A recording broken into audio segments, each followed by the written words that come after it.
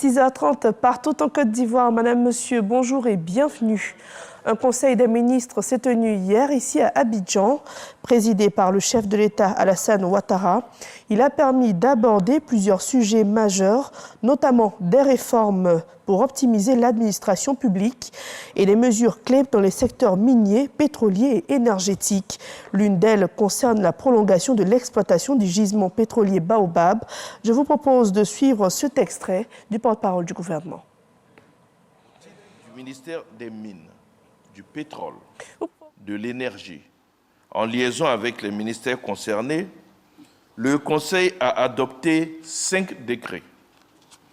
Le premier décret porte renouvellement de l'autorisation exclusive d'exploitation du gisement pétrolier et gazier Baobab du bloc CI 40, détenu par un consortium conduit par la société canadienne Natural Resources International Côte d'Ivoire, SARL.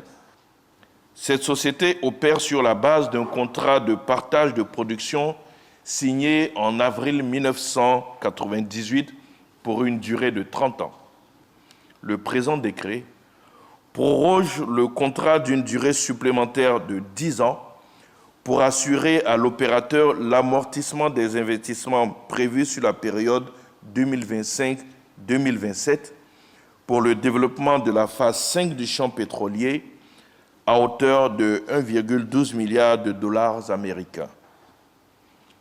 Les 4 autres décrets portent attribution chacun d'un permis de recherche minière.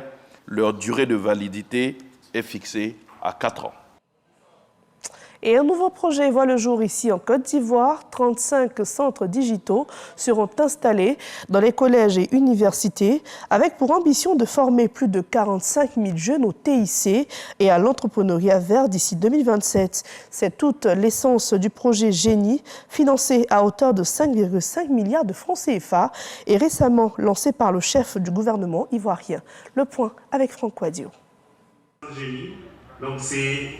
Auditorium de la primature, un aperçu du projet Génie, autonomisation économique des jeunes par l'entrepreneuriat vert et la transformation numérique en Côte d'Ivoire. C'est une initiative conjointe de l'Agence coréenne de coopération internationale, de l'Institut mondial pour la croissance verte DJI et l'État de Côte d'Ivoire. On le sait, le secteur économique d'un pays est basé sur son secteur privé. Et dans cet esprit, ce programme vise à fournir aux jeunes des outils, un espace d'innovation pour soutenir leur initiative de création entrepreneuriale verte et contribuer à la stimulation économique du pays. Ainsi, sous l'ancrage institutionnel de la primature, nous avons démarré il y a à peu près 18 mois l'élaboration de ce programme avec les orientations du ministère de la Transition numérique et de la digitalisation. La mise en œuvre de ce projet de financement de plus de 5 milliards de francs CFA implique 6 ministères, dont l'éducation, l'enseignement supérieur et la jeunesse, ainsi que les collectivités. L'autonomisation des jeunes par l'entrepreneuriat vert et la transformation numérique est ambitieux et repose sur 3 axes fondamentaux.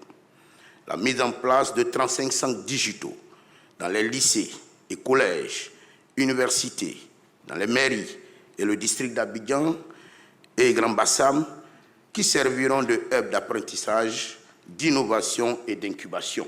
La formation de 45 000 jeunes aux compétences numériques et à l'entrepreneuriat vert pour leur permettre d'être des acteurs du changement et de la croissance.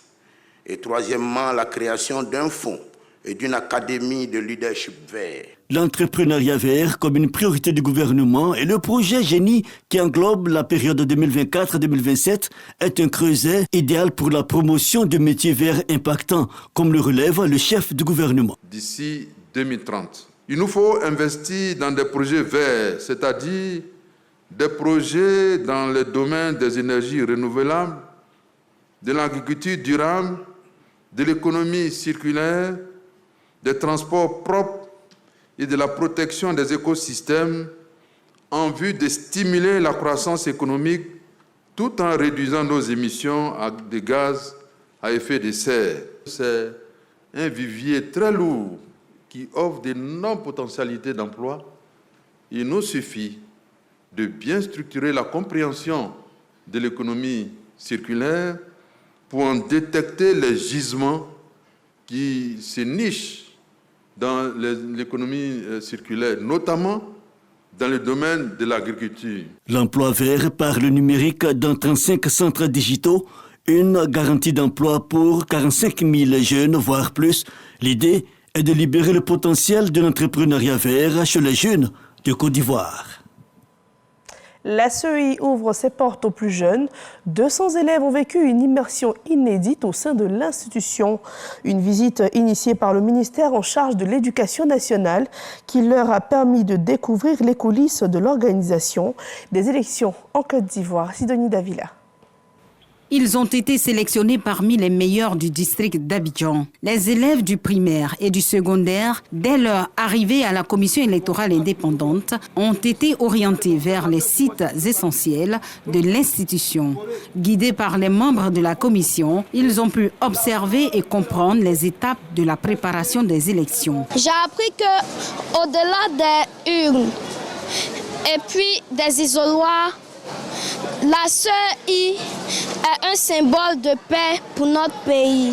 C'est pourquoi il faut participer aux élections. Les élèves ont également apprécié les échanges interactifs avec les membres de la commission centrale qui ont répondu à leurs nombreuses questions après la projection de films éducatifs. Même si nous ne sommes pas encore en âge de voter, nous savons désormais que notre implication dans la vie publique commence dès aujourd'hui par la curiosité, l'engagement et la volonté d'être informé. Au terme de cette journée de visite, la CEI et le ministère de l'Éducation nationale et de l'alphabétisation se réjouissent d'offrir à ces brillants élèves une immersion enrichissante. On voudrait vous dire qu'à partir d'aujourd'hui, vous êtes les ambassadeurs de la CEI auprès de vos parents, auprès de vos amis. Vous avez appris beaucoup de choses et vous saurez faire la restitution. Au nom du président de la commission électorale et de l'ensemble des commissaires centraux,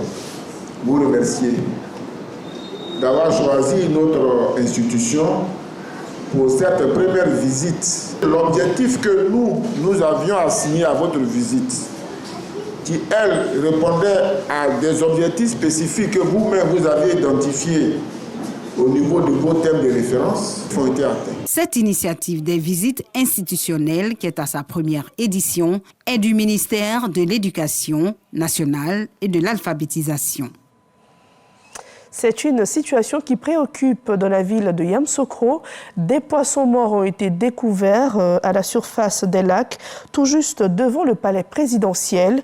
Une situation qui a alerté les autorités. Et en retour, le Centre ivoirien anti-pollution s'est saisi du dossier. Quelles en sont les raisons et quelles actions pour y remédier? Autant de réponses qu'on vous invite à découvrir dans cet élément de Kraskando. Voici le lac numéro 2 de la ville de Yamoussoukro. Celui-ci situé à proximité de la résidence de feu Félix Houphouët-Boigny. Sur ces images amateurs, des poissons morts. Et dans l'air, une forte émanation d'odeurs nauséabondes avec la présence de mousse. C'est des sources de pollution. Sont-elles intentionnelles ou ce sont des sources de pollution issues donc de drainage, soit de produits chimiques toxiques qui ont contaminé ces lacs. Il y a une mission du CIAPOL déjà sur les lieux pour faire des prélèvements et à l'issue des analyses chimiques de laboratoire qui seront faites, nous serons mieux situés. Mais le constat est qu'il y a une mortalité des poissons, tous ces poissons qui sont en putréfaction, en train de très mauvaises odeurs dans la ville de Yamoussoukro, qui vont jusqu'à la basilique. Yamoussoukro vraiment est plongé dans une évasion d'odeurs qui est issue de la putréfaction de tous ces poissons qui sont morts sur ces lacs. Ce mercredi, une réunion de crise a eu lieu à la préfecture de Yamoussoukro. La sécurisation du périmètre des lacs concernés par les cas de pollution et la sensibilisation des populations sur la non-consommation des poissons sont entre autres mesures arrêtées. On prend la direction de la capitale française, Paris. La Côte d'Ivoire met en valeur ses atouts au Salon international de l'agriculture. Dès son arrivée, la délégation ivoirienne, conduite par le ministre des Eaux et Forêts, Laurent Tchagba, s'est lancée à la recherche des crédits carbone pour financer des projets de reboisement. Et les nouvelles semblent favorables pour la Côte d'Ivoire. Didier Nguessan nous propose le compte rendu depuis Paris. Laurent Tchagba, le ministre des Eaux et Forêts, multiplie les rencontres en marge du Salon international de l'agriculture, en vue de trouver des partenaires financiers pour des projets de reforestation. D'abord, avec l'entreprise Forest Carbon Insight, qui a une valorisation potentielle carbone de 9 milliards d'euros. Elle se déploie en Afrique avec le crédit carbone comme modèle de financement. Notre solution digitale, c'est une application qui suit précisément les travaux et qui calcule précisément également la séquestration des parcelles forestières suivant les essences.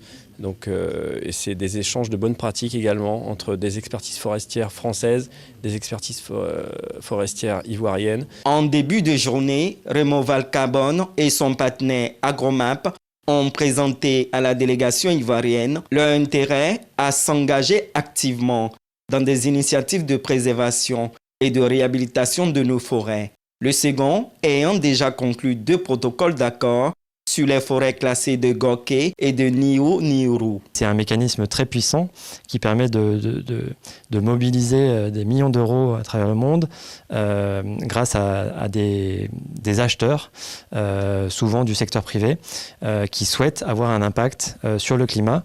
Et le véhicule du crédit carbone leur permet d'avoir un actif tangible qui permet de mesurer leurs impacts. Selon le ministre Laurent Tchagba, les ressources pour lutter contre la déforestation sont estimées à 616 milliards de francs CFA. Si on prend 65% de 616 milliards, nous avons besoin au bas mot de 400 milliards de francs CFA. Alors 400 milliards de francs CFA, il faut aller les chercher. Donc, à chaque fois que nous avons l'opportunité de venir au salon, nous courons, nous démarchons, je peux dire, des partenaires privés qui veulent bien nous accompagner dans la mobilisation des ressources pour restaurer la forêt ivoirienne. Rendez-vous est donc pris à Abidjan pour la formalisation des accords qui aboutiront à terme à la matérialisation des projets de reforestation. Du côté de Berne, en Suisse, la Côte d'Ivoire veut s'imposer à la tête de l'UPU. Les autorités ivoiriennes mettent les bouchées doubles pour occuper le poste de vice-directeur général du Bureau international de l'institution. Cette candidature est portée par le ministre de la Transition numérique et de la digitalisation, Ibrahim Khalil Konaté. Suivons les détails avec Walter Amadou Ouattara. C'est aujourd'hui un secret de polichinelle. La Côte d'Ivoire est candidate au Conseil d'exploitation postale. Le pays engage également la candidature de l'un de ses brillants fils au poste de vice-directeur général du Bureau international de l'Union postale universelle, UPU. Isaac Nyabayao, directeur général de la Poste de Côte d'Ivoire, a une lourde tâche, celle de ramener la victoire. Depuis 2012, la Côte d'Ivoire occupe des positions stratégiques, innovation, technologie, et nous avons été un acteur dans la réforme de la grande orientation de l'UPU sur la prise en compte de commerce électronique et de la digitalisation des services postaux. Ça fait de la Côte d'Ivoire une voix qui porte, et nous voulons continuer donc cette mission d'acteur majeur au sein de l'UPU en briguant un poste au niveau du top management. Et je pense que nous avons nos chances. Nous sommes un pays très respecté ici à l'Union et nous devons confirmer notre leadership africain et mondial au niveau postal. Ibrahim Khalil Konaté, ministre de la Transition numérique et de la digitalisation, a instruit son cabinet à l'effet de mener une mobilisation qui allie offensive diplomatique et rencontre B2B. Le poste de vice-directeur général de l'UPU est un poste qui est également convoité par les autres pays membres. Il nous appartient vraiment de dérouler la stratégie qu'il faut pour que nous puissions avoir 80% des 192 membres. Les résultats seront connus à l'issue du 28e congrès de l'UPU prévu se tenir à Dubaï au mois de septembre 2025. À présent, dans l'actualité internationale, l'île Maurice a fermé son aéroport hier après une alerte cyclonique de niveau 3.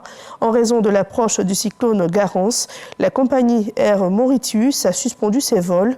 La tempête se dirige vers Maurice et La Réunion. Une alerte rouge sera déclenchée ce jeudi, entraînant ainsi la fermeture des écoles et des universités. Les autorités ont ordonné un confinement partiel en raison du risque d'intensification du cyclone. C'est la fin de ce journal. Merci à tous de nous avoir suivis. Je vous souhaite de passer une excellente fin de semaine.